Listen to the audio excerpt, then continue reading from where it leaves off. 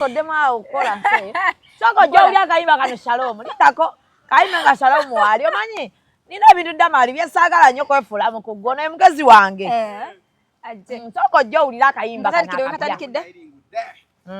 Nina katule. Omanyi mulimu ebintu ebimu. Shalom nga yantegerera. Kamuyimbira awulire katundu. Kera jirongosa.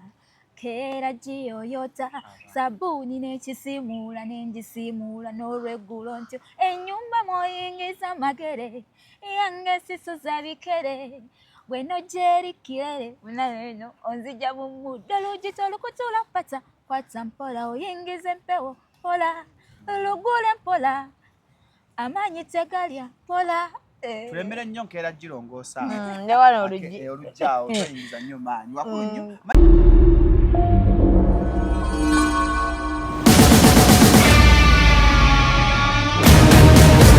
Okay. Muli mutya? Mugamba mutya? Shame Manja lyerinnya lyange. Tuli wano ku Culture Village. Twasalawo tukolere wano.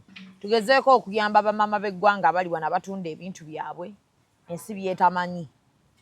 Batuwaniriza bulungi, batwagala nnyo. Ate kati mwatandise okubawagira because ekifo kino tugezezzaako kati okukiranga. Neddira mutima omuyanja saagala mwenna mukyerabire. Era mbajjukiza nti Oweekitiibwa Charles Peter Mayiga yakyali Katikkiro wa Buganda. N'eddamula yakyagirina. Ate nga naye yeddira mutima omuki? Omuyanja. So, nsaba nsooke empisewo ba sponsors oluvannyuma tunyumyemu n'eddamali. Ramen Hair Sport basangibwa Kabowa ku kizimbe kya St. Anne. Basala kaviri k'abasajja ku mutwalo gwo. Wi-Fi weeri. Ebyana ebishana nawe ebiri ebigenda okumala bikuweka massage. Batuzi we tuli awo kwegamba embeera nnungi nnyo ddala. Genda wooko obeere ng'ate obawagira gwali mu Ndeeba, olina Janankumbi, olina Masuba n'ebifo ebiriraanyewo awo. Mugende muwagire Charlie wange ate tubeere ng'abaana banywa amata. Ffenna nze naye abaana basobole okuba nga banywa ku mata. Supporting nga Bannayuganda. Ate aba Grow. Are you a female business owner in Uganda looking to grow and transform your business? Grow empowers you with access to entrepreneur services, accelerating your business growth from micro to small and from small to medium enterprises. Grow provides comprehensive support, including training, startup tools, business formalization, certification, networking opportunities, access to affordable credit and grants, coaching, and mentorship, with all resources available for free. For more information, please visit grow.psfuganda.org or grow.go.ug or contact the PSFU Grow officers at Trust Towers, Ground Floor, Plot 4 Chadondo Road, Nakasero, or the Ministry of Gender, Labour and Social Development at Plot 2 George Street, Simba Manyo House, 3rd floor. You can also reach out via email at grow@psfu.org.ug or info@grow.go.ug or call us at +256 394 514 071 or WhatsApp us on +256 762 304 961. This message is brought to you by the Grow Project, a Government of Uganda project implemented by the Ministry of Gender, Labour and Social Development and PSFU, funded by the World Bank. Grow, generating growth opportunities and productivity for women enterprises. Aba Grow, nkola ya gavumenti. Eyo nkola ya gavumenti etekebwamu ssente aba World Bank. Bayambako ku bakyala abalina kye beekoleddewo naye nga tekitambula kigaanye. Ne bakutwala n'ofuna training, aya ne bamala ne bakuwa kasente. Bw'oba omaze okufuna training bakuwa kasente akabere. Waliyo grants mugende muzifune. Osobola okugenda n'obeera ng'ate applyinga for a grant ku Grow. So n'olw'ensonga eyo tulina Imara Women's Center event egenda kuba ku Serena ku Lwomukaaga luno.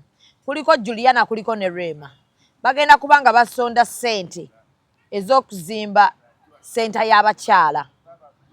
So osobola okuba nga gwe si gwe mulamu ogukututte naye n'osasula n'ogula tiketi yo ya $25 ordinary. N'obeera ng'ate okola networking ne social capital because waliwo abakyala bangi abalina wano bye bakoze. Abakyala ab'enjawulo be wandyagadde osinkanako.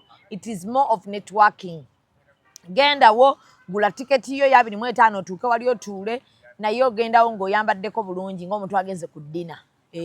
Tomala gasuulamu zino yebo zaffe na sokisi ate n'omala gayingira mu bantu ab'obuvunaanyizibwa ajja kulaba nga gwe yazze otutunda emmwanyi. So kubamu akakondo kone kaba nga sikawanvu nnyo like big casual smart. So ndi wano ne Damali Kirabo abatamumanyi abali ku mulembe guno agenda sooka tuwemu akayimba akamutunda olina okuba wali okawuliddeko. N'owa omulembe guno olina okuba nga wali okawuliddeko. So agenda tuwaamu wano sooka tuweemu abantu soke bakujjukire nga tonnababuuzaako bategeere ani ababuuzaako. Koze okyuse nnyo okuze. Nakulaba oli ali muto. Honorable Ntasa ono mwana bambi asirike ye sikyebaka kutulo ekirazu kukabwakaba kyemmanya banjalinya tumutwale mu kyalo erinnya litumibwe Ssentongo bamugwanya mukyala wagambako ye omwana muwogganira etumbi ate n'ekiro sikyakulaba so wasimbanga obugere mu nzikiza soba mutumbi nojene wange nesula mukwano kasichakulaba ekisenge kyange sichakuziga no ebyankukutu tobyanika mu bantu bali wabbali oli awusigalo eggwanga bwe likimanya nswala jakola byoyagala kasita otanganika mu bantu bali wabbali.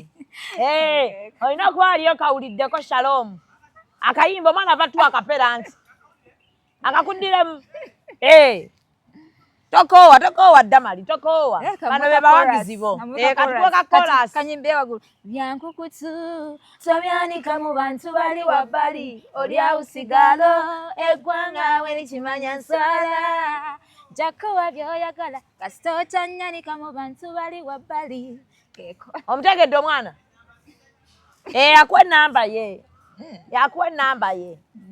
Shalom omuwa enamba ye Njagimo. Akuwa enamba ye alina bizinesi nyingi Njagimo. ajja kuwa promotion. Amen.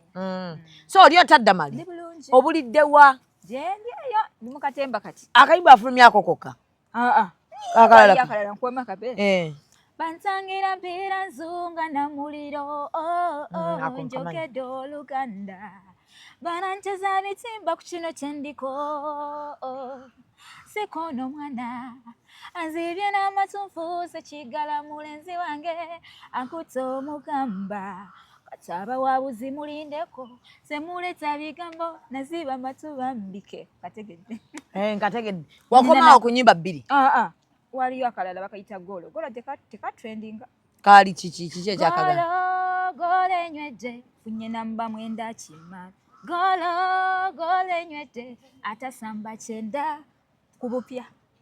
Then kano kali kubupya waliwo ke natadde kati kali ku social media kuno nakatadde one day naye lunaku lumu lwe nakatadde naye kati kali nkalabyeko 89 challenges that means abantu bali mu welcoming bakayita mpola bakayita olujjito olukutula pata kwata mpola oyingiza empewo mpola lugula mpola amanyi tegalya mpola nkeera girongosa keera giyoyota sabuni nekisimula nengisimula n'olweggulo ntyo ennyumba mwoyingiza magere yange sisuza bikere gwe nojja erikerere onzija mu muudu keeko sokoddemu awo okukola nse sokojja oli akayimba kano Shalom lindako kayimba nga Shalom waali omanyi nina ebintu Damali byesaagala nnyo kwefuula mu kuggwo naye mugezi wange sokojja owulira akayimba kanakatya nina katuule omanyi mulimu ebintu ebimu Shalom nga yantegeerera kamuyimbira awulire akatundu nkeera girongosa keera giyoyota sabuni nekisimula nengisimula n'olweggulo ntyo ennyumba mwoyingiza magere yange sisuza bikere gwe nojja erikirere eno onzija mu muddo olujjito olukutula pata kwata mpola oyingiza empewo mpola lugule mpola amanyi tegalya mpola Tulemere nnyo nkeera girongoosa. Ne wano oluggi. Oluggyaawo toyingiza nnyo maanyi. Wakulu nnyo. Balina amakulu amakusike. Ge bakweka. Akayimba kalimu amakulu amakusike. Akayimba wali akayimba kakategeeza ki? Kubanga njagadde nkuyita. Abuza mbu nnyumba.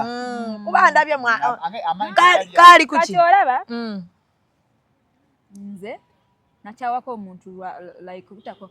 Manya abantu nga tamanyi konkona nju atuuka yakulese waka ofumbe olongoose enju aveeri n'amagere n'akonkona. Abantu jalowooza nnyumba. Baba bakitegedde si bantu bakulu. Teyakonkonanga. Ng'ayingira buyingizi. Ng'ayingira buyingizi. Teyaziyingizanga munda egundi engatto nezingira mu. Kyenkugamba yingizaamu amagerege nakonkonya. Ate zikona. Zimanyi okudda. Ebisimuula.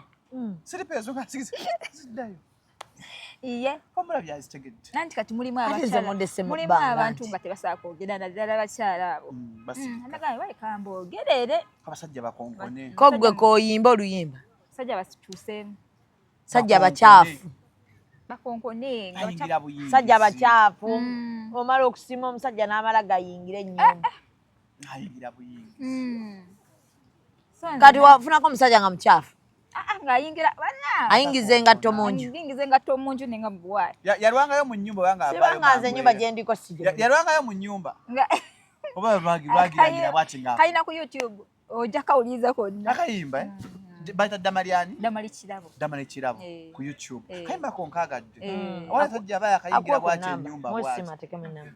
Kama namba ya Zubedo njagaliza. Kama namba ya Shalom. Zubedo njagaliza sister. Tekame namba ono bro. Ono sister wange. Ajja co-op alina business nyingi. Ate kakolera ddala. Bambi Damali. Pastor Lyanga bulungi. Ngayina abaana mu kigambo.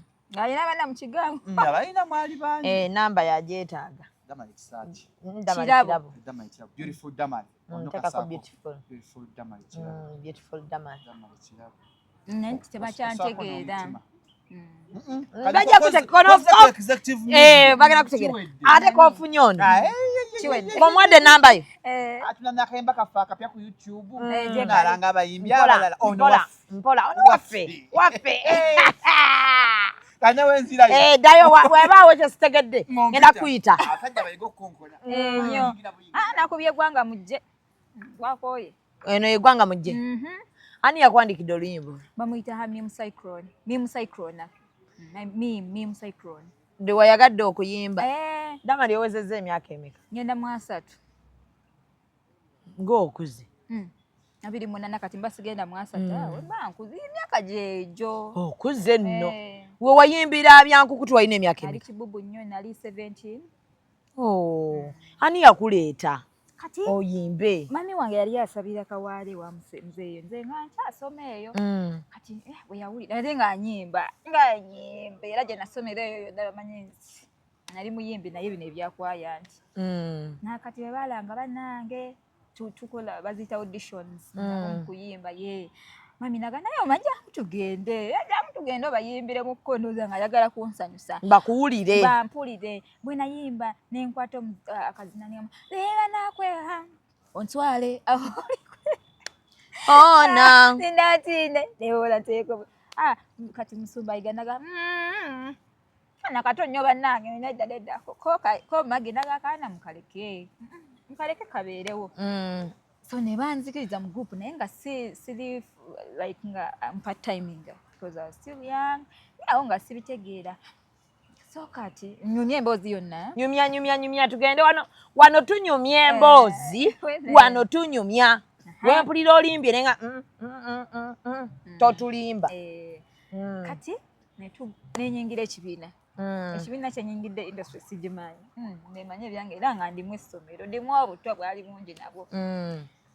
Nenyingira ekibiina kayima naga akantu kange mukaleke. Kati Magi yakuwolereza. Yakuwolereza. Naga bannange. Magi akantu ko sibyeko akantu ko naye yali musajja bambi nga talina buzibu. Kati naye endabika yange yali teyewusa kitiibwa. Wali olabika bubi nnyo nno. Ekikyewaka mwali bubi. Tetwali bubi naye nze ng'omuntu omubiri. N'akabiri kola kano kafunye. Gwe wali wakona. N'akabiri katono kenyongeddeko nkafunye enzadde. Olabika bulungi nnyo. Thank you so much. Nina n'omwami alabirira ennyo. Ekyo kikulu nnyo. Kikulu nnyo. Mwami MK alabirira wapi? So kati ne joininga band. Ne bayiyo olimba lwa byankukuto salwamu nze okufuna oluyimba. Ate saafuna hasu. Ntoba ngere mu haso zino ngende numbe producer njagala akayimba no. Sali ku pressure. So ne bagamba ne bayiya akayimba kabyankukuto Musumba yatuliranga ku gitara ye. Ndo nayiya akayimba kabyankukuto ne batunulira mu group ya group namba yongezako ku ddobozi microphone ne batunulira mu group yonna ate muri house girl sibulo bikolo bimbo Musumba nagamba nayo nedda mage inayo kali akantu ng'akuyita kantu galeete kakola oluyimba nengenda mu studio nenkasuka eddoboozi. It was my first time to record. Tewatya? Natya. Of course natya era bw'oliwulira toera nga likankana. So oba kati eyo nina mukama nga atera ogiyita tremolo kati nze kyakadagikola mu kukankana. Yes, so nendikodinga byankukutu. Kati byankukutu oyo muzeeyi n'ateekamu naye ate naye yatunda like my image. N'abantu obamba kamama era twagamba nga akaana akato kayimbye oluyimba. Nali muto kituufu nga jukira nalina amannyo gano wano Dento nga naye eri bulala ate nga ndabisanga baby ate era singa nagireka singa era ne kati balimba myaka. Dento yali etya? Yalina spaces. Sikazigo kana kolaba. Kano kaaliwo already. Naye yalina space wana. Wagenda ne bafixinga amanyi. In fact bakolawo wonna mu maaso. Ani yakutwala? Nagenda kwa HK. Ani yakusasulira? Mzee Katende. Bw'omala yingira Mzee Katende? N'akugamba Dento tugikyuse. Oyo yasinga. Ate yangamba Ndako tujje wa Mzee Katende. Ate kati lwaki abangamba tugikyuse. Kati wali eno yonna ewayiga ng'olina Dento yo. Anti nga tebinkwatako. Nga teweefiirayo oli mwana muto. Katebindya. Tomanyi na kumanya nti olina olabika bw'oti. Tebinkwata ndakwera dokita yali yankolako. Juice. Siga wala because even by the actors Angelica Urban Life. Era bw'oba wetegereza scenes ezisooka zonna manyo gange ga space. Mwala w'obiina nkambwe muso nembera wamanyo go nagaleka nakajangako le wano ngamba okay. So kati bakuleetedde akayimba okayimbye katrendinze kuba katambula ng'oli ku ki? Naye nze nga binkwatako era nze badage nze nga celebrity life sigimanyi nga ndi byange ate nga mugenzi oyimba nga bansaba mami bwe tuba tulinayo ka trip ka like a week netugenda netukola nenkomawo ng'olwo ku stage oyambala biki mami ng'anakufunira engoye omwako ke nayimbiramu akateeteeyi ako nga Musumba ayagala kyokoleddemu mu video kyoba oyambala ku stage munanga abantu okutegeera nga nakambala nempera nga nkakoyo bakaddawa ate nga kandibaddewo kenakolerangamu nze golaba ntugenda ne tuyimba kati ebiseera ebyo nga bakuwaddeyo ogumu ekitundu akasanvu. Ogumu ekitundu oba akasanvu? Ze batuwanga ffe ng'okoze ne bakwanga tebinkwata nga niwe nga tebindya nzitwala nziwa mami nga atereka bwe bityo. Oyimbye ne mugwanya teyakusabiriza? Ate nomugwanya ebiseera ebyo nno yali fala ewuwo ewange naye yalina omukyala Mogwanya teyali fala yali mumanyi kati awo nti yali musirise nnyo naye ngoyinza ogamba bafala ayina eddoboozi eddungi ennyo nali mumanyi mugwanya jayasti gwe teyayagala kutawanya nedda teyantawanya wali mwana muto nali ndiikako nali siriikako naawe naye wali okiraba ntoliikako oddamu neweeraba n'ogaa naye ekituufu nali kabi naye ndowooza kali kavidi ak'omukazi nabijja maama naye nga wali okakola nga siriikako nga siriikako ng'oggyeko obuto ate okuba omuto nekitegeeza nti omuntu tooliike nali muto ate nga ndimu obwaffala bungi nze gola kati nga like bw'oba okyali waka balina kiri kye bakuteekamu ogenze music industry siriimu ogenda kufa kati ng'olina bonna abalimu balwadde kati nga buli gwotunuulire omulabamu obulwadde balwadde bano kumbe gwe batunulira nga atalika nabo batunulira nga abayi antu bayinenge gye bononya industry yaffe bano bagisiiza akasa eyo bajono gojja awalala eri tebalwalirayo anna so bajono pastor obeera naye nekana akayimba akokubiri gyokafulumiriza kati oluyimba nno originally lwali lwakubeera lwa Bena Namisinga Sumba bwe yayogera teri akolede Bena naye nga Bena style ze n'abuulizamu nagala nedda nga si style ye bambi omuntu obeerako nekyo feeling ate oba to feelings eruyimba toluyimba kati Musumba bwe yakubakubamu yatuyita nga ffenna n'atutuuza mu ddiiro eryawo wansi ekawaala yali akyasula wansi ng'eyo ennyumba bakyagizimba eyo kalina ennene kati nakubakubamu nga nze papa ngenda kayimba nga lumba oyo mwagala nakuba mu bantangira mpeera nzunga namuliro nagamba kale lukwate nendukwata netugenda mu dream eyo ediyawe naye nabeerawo nga directinga okuyimba ako nekavaayo kitegeeza ye yawandikanga ennyimba zammwe zonna pasitayiga ezisinga ye ne Fred Muwanguzi naye ezisinga nga yaziwandika because yabeeranga n'emiramwa emirungi yabeeranga n'emiramwa emirungi ennyo ng'atuula n'alowooza ku kintu neka naye nno ng'abantu jjukira Uganda kati nga basinga bali ku laavu nefuuka laavu kati nga revive ebiseera ebyo oleeta omulamwa ne bagamba baagujjeewa but I think ne church yali emu like ng'emuinspiringa bw'oli ajja n'anyumya kasitoole ke ngamba okay ndi nagenda natuula n'agamba munange kati nga bwe nakubye gwanga mujje nga sirina ngeri gyakyogeramu nga nina kiyisa mu luyimba mpola ndongo n'etambula bw'etyo nentuka so walabako ku bugere bwa mage kaima nga bwambuzi tewali bwambuzi pozi nga bwakyukiranga so kati gwe wayimbiranga wa pasitayiga I mean wasabiranga na wayigeera nga lyoyimbira nsikiwa nti nasabirangayo tokiwa twasabirangayo anti kati kiringa okubeera wano tumaze oyimba ne tuyiya then ate n'ojja ku katuuti so byo mba sijja kutegeera like mba sijja kufuna like ate n'ekirala ngoba omulaba mu kirala mulaba writer director yes kati kitegereka, ng'enjiri tejja kuntuuka ate n'obuto nga nze ne bwe nandisabye mbeera nyambuka tugamba oba oyambuka okkirira sobola awuliriza njiri so pastor afudde ovuddeyo oba wavayo nga tannafa avayo nga tannafa mwattu ekyo ekyakugjayo ekyanzeyo nga tandise ABS TV ngendo nga agitadde ge mazima yatuuka esanga nebiyimba ebyo bintamye nga abamu bamudduse batandika okuvaamu nga bamudisappointinze nnyo nendaba nga tekikyatambula enshozi tekikyakola tekikyafuna ninga wayiga ntuuleko ewaka waliwo angobye ate nga sali so much into music nti oba mbeere nabo batukube ki ng'okyasoma olwo nentuula ewaka awe namalira n'emisomo gyange neŋŋamba lwaki sijoyininga Ebonies eyo nengijoyininga emisomo wagimala wasoma paka Makerere koma mu senior 6 n'ogamba kangende ku Ebonies Ebonies wayingira otya nga bagamba nzibu yakuyingiramu nalina waka naba nange kikulu nnyo okubeera newakawonga era nze nebaza Musumbayiga Bible nebaza nnyo omuzeeyi leeti yanyamba nnyo because nga ne bwotwala olaba ezo ennyimba by then ate nga zikyawulikika olaba ne kati omuntu agamba batukubiraako nze nagenda ne CD ebiseera ebyo kwaliko CD yaliwo CD n'ateekamu wali n'alaba n'agamba okay yo takuwa mulimu nti nkuwadde akugamba beerawo akwetegereza waba takwetaagaga genda takugamba ngenda tuli bangi so far so good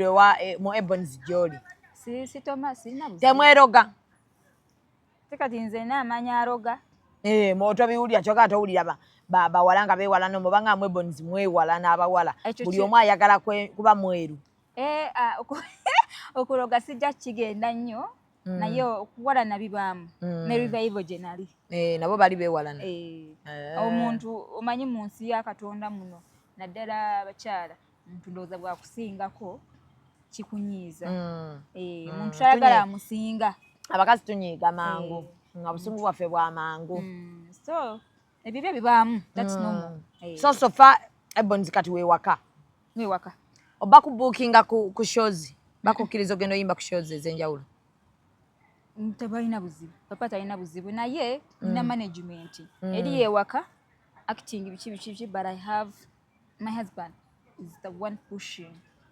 Ye mwami emukoyo. Kati husband ye management. Yes. Okay. So bangamba kaawo. Ati manyinze wano tubeera n'emboozi z'ababoda. Embaga ngenda kyazo ono nga banga atotawaana. Oyo aliko kino. Mwebonizi. Olina omusajja w'omuntu gwe wabba mwebonizi. Wayagala omusajja wa munno. Taga mwogera linnya naye nga naye namukyazizzaako. Kakati kataafe. Omumanyi omuwala? Wazeeyo. Omusajja yenna. Tebamubba. Kale wayagala omusajja wa munno. Tolimba. Ababoda bano balaba bagenda okupa omusajja wa munno kiki kyotegeeza? Oli yaŋŋambye nti yali bbaawo oli. Nga te mwenna mu kibiina kye kimu. N'okkakana nga ggwe omwagadde ye ne yeegoba mu kibiina. Omusajja wange tali mu kibiina. Omusajja wange tali mu kibiina. Emboozi wagifunye bubi. Ŋŋamba omuwala gwe oyagalira omusajja teyayegoba mu kibiina.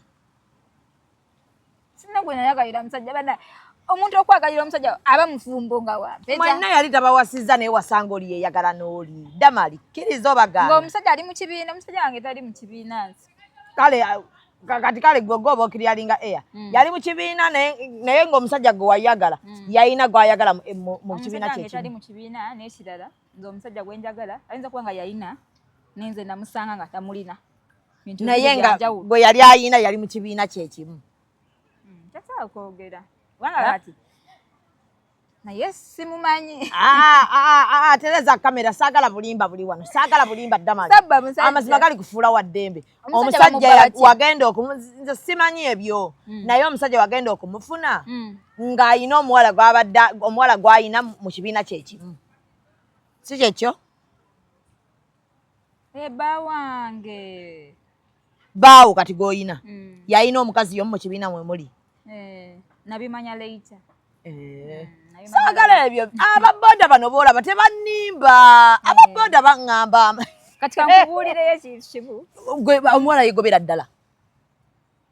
Ki nze ku mboozi gyemanyi tukola tewali yali yegobyeko. Waliwo eyeegoba nga mwagadde bbaawe.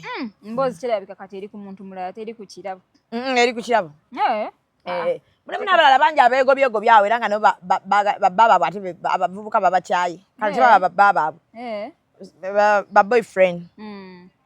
Kati gwe bbaawo ono omusajja wo yali alina gw'ayagadde mu kibiina. Ng'emboozi ogiremedde. Leka munnanga ebyo byenjagala. Emboozi ogiremeddeko nze kankubuulire bwe nfuna omusajja sinonooza. Bwe nfuna omusajja azze nankwana yeesi nkukkiriza sinonooza. Ate bw'owulira nga tononoozezza naye ne bakuleetera. Nze kakati nze nti gundi oyo gw'oliko yali yeeyagala ne gundi. It's none of my business kati kankubuzeyo ekibuuzo. Nze kiringa nze omusajja okujja nzadde saawa zino ne bba wange ng'ajja kati katukangambe tufunemu obutakkanya God forbid nga bannange bamugamba omwana ono yalina olinga nta obanga nkya obanga anyiiga mama omuntu batomusanze obanga ali virgin obanga ki omanya yalina gwe yalina ate yalina ensonga ze lwaki ng'amuta abantu babeerako ne ba ex ng'alina ensonga ze mutadde n'enkwata ono so emboozi zibaamu naye ezimu teziba ntuufu ate tewali musajja gwe babba kyomanyi omusajja tebamubba anti sinani living thing tebasobola mubba kitegeere ngeri gyatali nani living si object bagenda kujja bakisituleyo bakitwala bayeesiimidde. So omusajja akuwasa kati gwe? Yes, ndi naye. Nkulaba oyina empeta? Yeah, he proposed. Ya proposing. So very soon. Very soon mugenda mu mikolo? Yes. Very soon. Naye alabika akwagala. Kuba buli w'omwogerako Mr. MK. Mr. MK owulira ye taata w'omwana. Nange mwagala nnyo okufa obufi. Ye taata w'omwana wo? Okay. So olina omwana omu? Yekka? Yekka naye mpulaninga okuzzaako nga mukaaga. Mpulira nga njagala kwa. Oyagala omuzaalire. Bagamba batya? Muzaale mwale. Muzaale mwale. Oyagala omanyi n'omusajja akuwa ssente. akulabirira andabirira akufaako kyekikulu toyinza butamuzaalira yantegeera nange nemutegeera abeerawo wano abeerawo n'agenda n'adda bwebityo muntu wa safari wa nnyonyi bwebityo abasajja alina okuyiiya famire afuna nnyo omusajja w'ennyonyi wafuna nnyo nasamba okulaba nga oli muddugavu wayerukadde nga sali muddugavu oba bakozesa black magic tunulira akayimba nali black magic ejjawo omuntu omuddugavu ejja muntu omweru nemufuula omuddugavu ojjukira mu wayimbi akayimba kankukutu wali mweruwa tunulira vidiyo eyo banaye mundage ku vidiyo naye esinze yali omweru ennyo naye kakati nalayiteninga mukubana mukyala yino olina okwerabirira Shalom kye yadde agamba nti omukazi yenna layiteningamukko naawe okikakasa kati nongambye you look so good nkulabye neŋŋamba she's marvelous she's wonderful she's lovely obadde olabika bulungi nnyo nnyo awo nga nakakusanga bwente yeyeyeyeya neŋŋamba omwana nga anyiridde omwana nga akuze so walayiteningamukko nalayiteningamukko n'otiba omanyi bw'okula n'ensi olaba gyeraga nogamba naye bw'obeerawo mukwano gwatalina bina gwatalina kitodibe kati olina okulayiteningamu ne kasimulo sirendako n'okulaba oti bina era tolyetaaga nnyo oli kasimulo sirendakabulungi kasaizi kamala bina lireke nnyo n'abalifunye era bejjusa lwaki balina toliwa nnyo bwongo direke noonya nnyo ssente osinga okwebbina obwongo weewunya omusajja naye bwebale kubanga walayiteningamu obugalo ne butakona anti oba lwaki wamma kizigo kiri ekiri ekyalayisi oba kukyalayisi kyokya bayiwamu asidi ate era waliyo ekizigo kati nze nayiteningamuko naye waliyo okweyerusa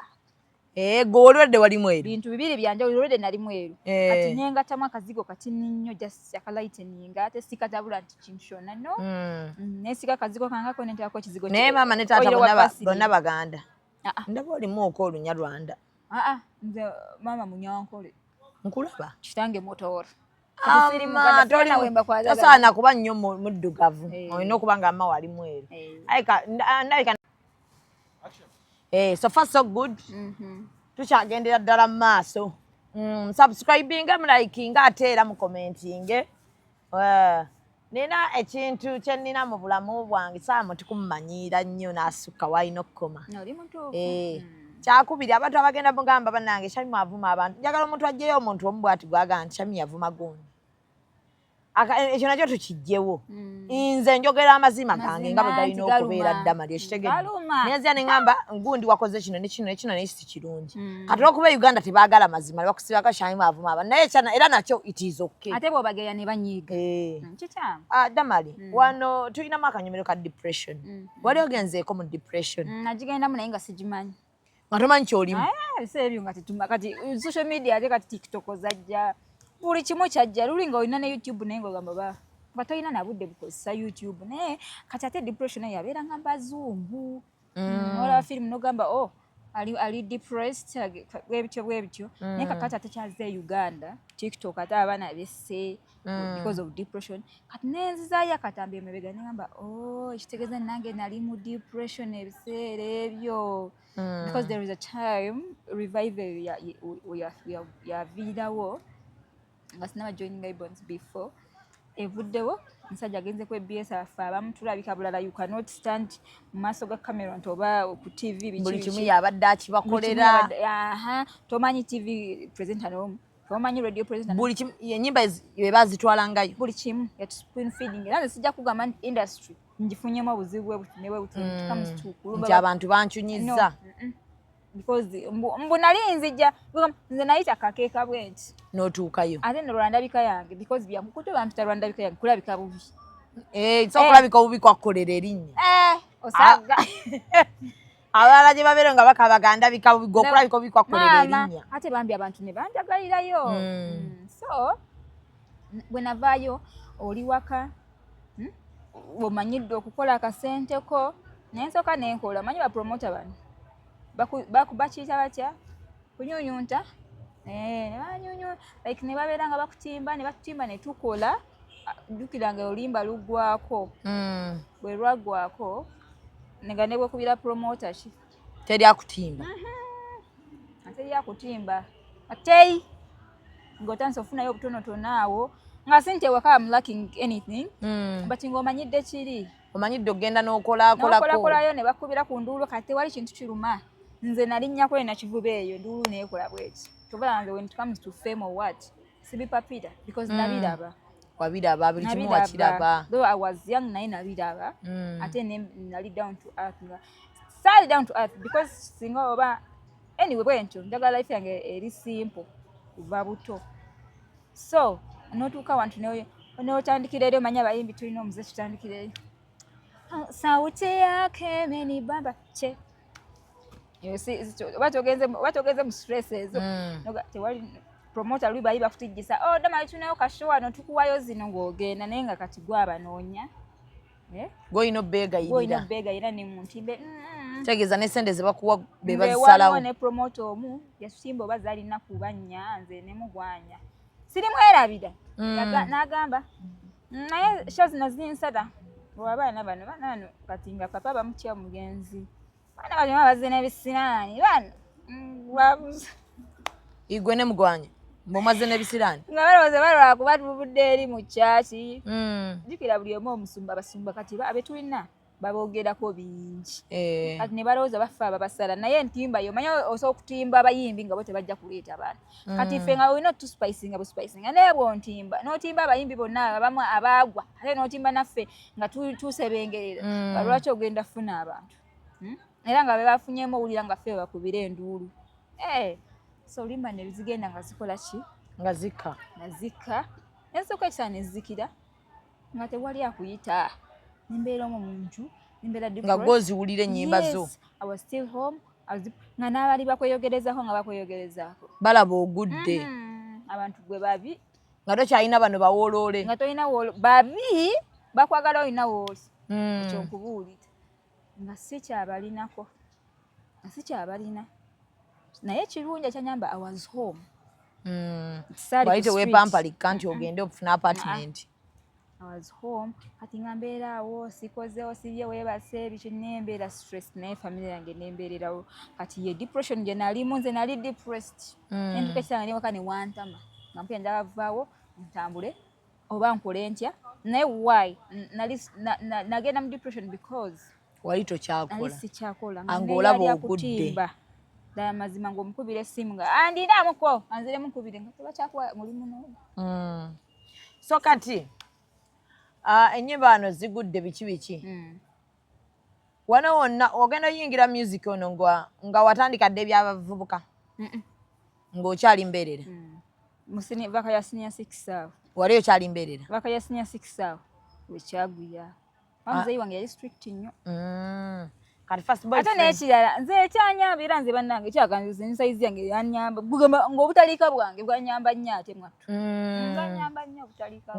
ng'abasajja tebakweyunira nnyo tebakutawaanya nga era be bakukwana era ne ku ssomero eyo nga babugamba kati nga bwemanyi couples omanyi omuyinza okuba nga muli couple ku ssomero oyo naye nga temulowooza na ku sex naye nga just oyo wooli biki naye nga tewali akugamba naawe nali bulala ate n'ekirala nga muso simanyi kati nga sirifo nga obwongo bwange tebulowooza ku ebyo obwongo nga bulowooza ku ki kuba serebu ono ate ne serebu saabiriiko kati first boyfriend akyaliyo mu kiki ekyamukwawukanyaako ate tetulina kubeera omanyi muli mu relationships nga temuyombye nga temukoze eki buli omu n'akwata gage temwayomba buli omu n'akwata agage mwali awo buli omu nga takyanyega munne simanyi nawali oba yafa simanyi talina kyeyakukola kibi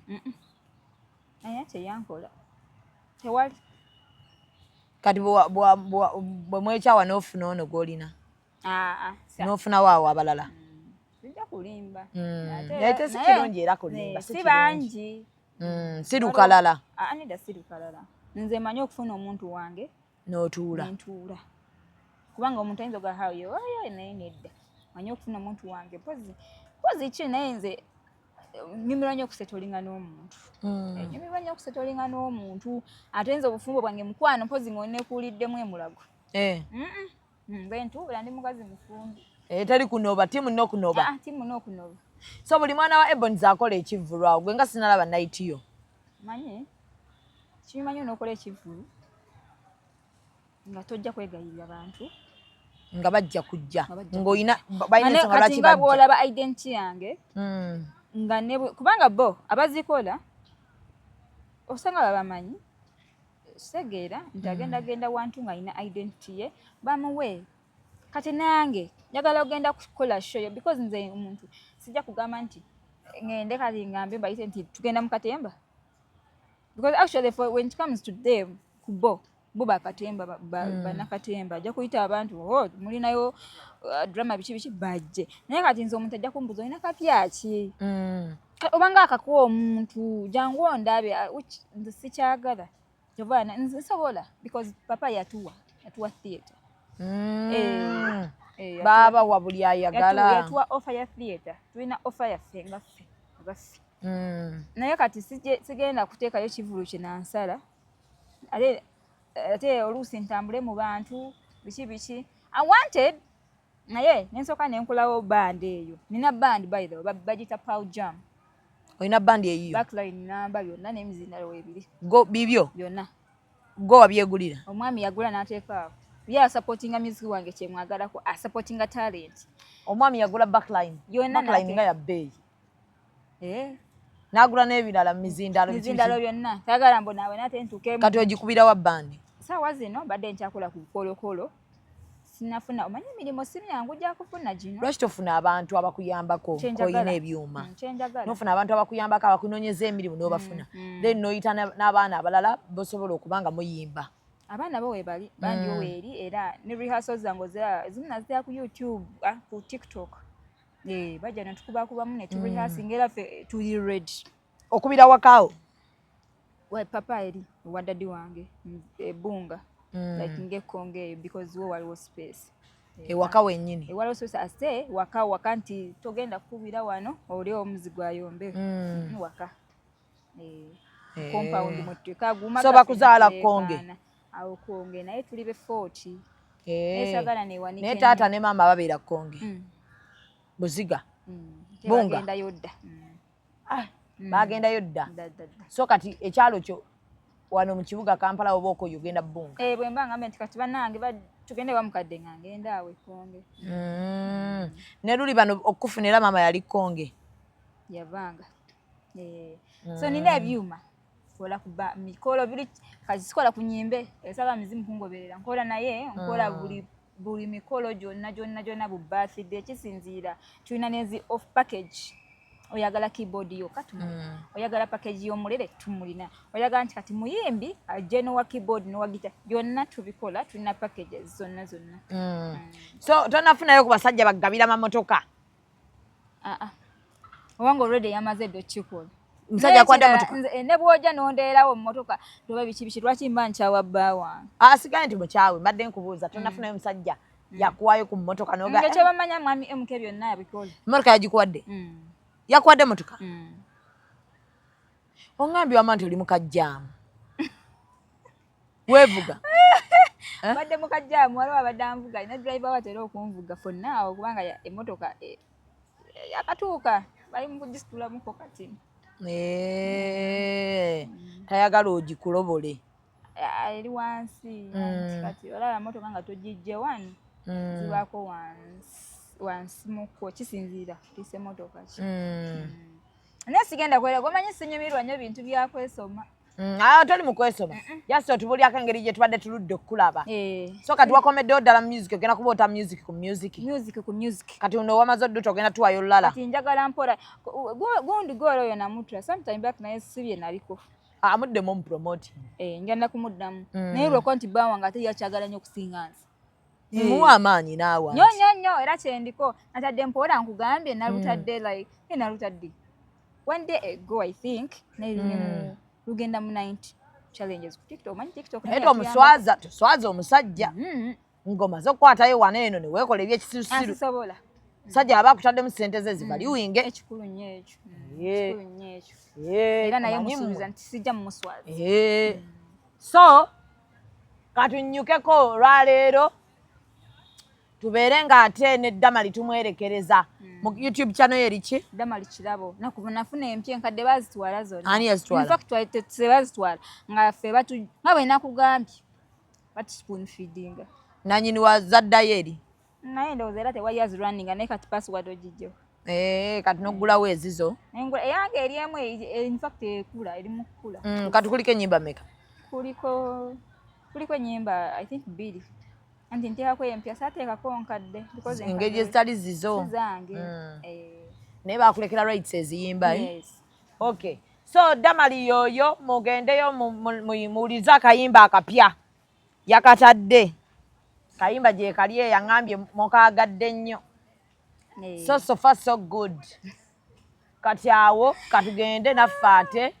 tuwummuleko tulabe ate bwe twetegekera ejjuma temwerabira hijab nation ennaku z'omwezi 31 mujje nga mwambadde ku hijabu Damali osoma ddiini ki asaawa zino mbadde nali ndi mulokole nate bange musiraamu ate kyewunyisa ne muzeeyi musiraamu kati saawa ndi mu kusoma sooka olindeko ndi mu kusoma ddiini lindako ontwala mu speed taata ne maama baddiini ki mami yali mulokole taata ate musiraamu amannya g'amatuufu gwani nze Damali Kirabo taata tasobola kubanga yakutuuma Damali yantuma Damali nti mulimu akyuka taata baamukyusa taata naye nabeera mulokole nabeera musiraamu taata yakyuka bukyusa okubeera omusiraamu ani yamukyusa eddiini eyo enyuma alina abakyali ndowooza alina abakyali bwe yasiraamu kati yabagamba baana bange mukyuke era abasinga bako abasiraamu so nange eddiini njagala okufa anti kubanga kati taata musiraamu kyova yangisoma ate ebba wange n'omwami musiraamu ate omwami omwagala nnyo kati olabye otya bwe nkuyambako tulina hijab nation mbadde nsaba ojja otweyungeko kuba kati gwe koolimu kakala akali bright ojja kunyuma nnyo mu sharia ya black eri Lugogo ku Millennium era nsaba omwami vita vyagenda giraba tumusabire wano omwami waffe omulungi tusaba otuwagireko omukyala olinayo bakwano babawera 8 abawera 7 kuba kati erinnya lyoyina tojja kunyuma nnyo ng'otudde mu ordinary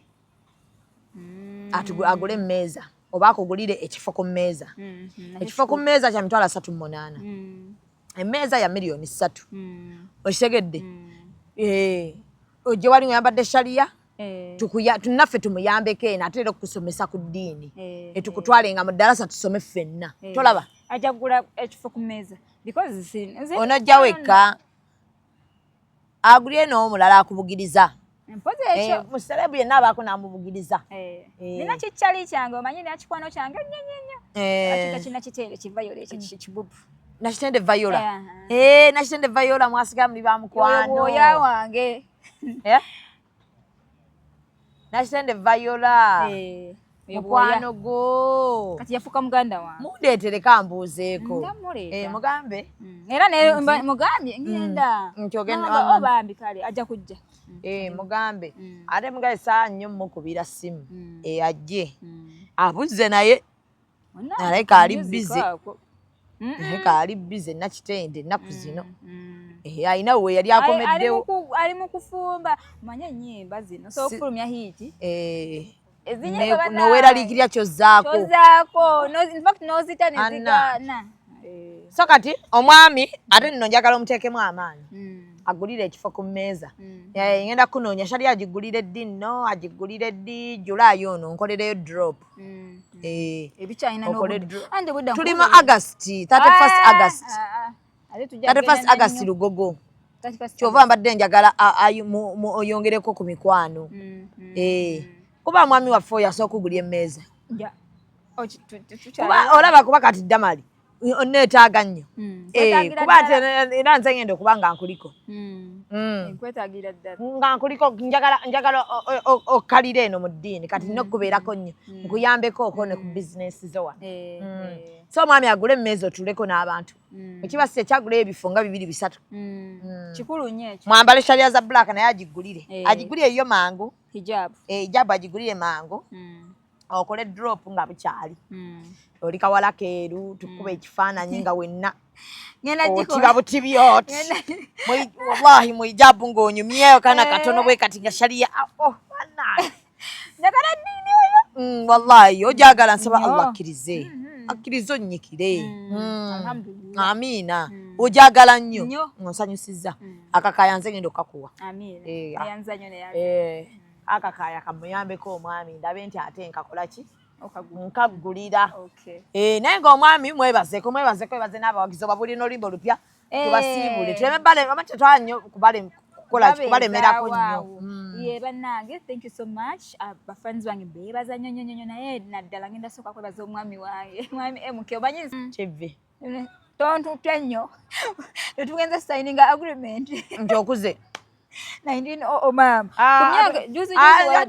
embeera eyinza okuba ffe teyali nnungi nga ffe tukyalina black and white nga tetunagenda nnyo ku colored so far so good toli bubi nnyo sijja kulimba kubanga lwenkugambira nti siri bubi nnyo kasita oba n'obulamu olabika bulungi olya bulungi weebaka ate ng'olina n'omwami akwagala koolumye gwe yakyawa nedda siri ku ekyo baami yiyi wali balina ensonga ze omuntu agenda kuta omuntu ng'alina ensonga ze baami and sinzina nzeyagalira muntu wange neyagalira muntu wange mwebuuza ne gwe yalekawo ye mweno mwebuuzeeko biki mwebuuze eki kyekibagatta ebosi yebyo naye ebosi wagijjawo eyo newuunya nze ababooda bampa mukwano ofubye nnyo okunkuba naye tolina kyojja kufunamu shalom oyo mugambye afube nnyo okkuba erinnya lyange naye talina kyajja kufunamu mulaba afubye alwanye yansaba interview nenjimumma mulkomyawo tomuleete yansaba interview nenjimumma afubye okkuba erinnya naye kati golowooza oyinza okunsuulamu nga kati wansangawo muli bakakyeri mubina ebintu kati olowooze mbu oyinza okunkuba gwensi nkulaba ng'olwana ne kawalako mwenna muli kushami nze temunsobola bakwano era kyalo abagambe mumala budde nze gwe muliko temundiirangako kyayi atali musukaali era nakula nenga kati kino ekivubuka kino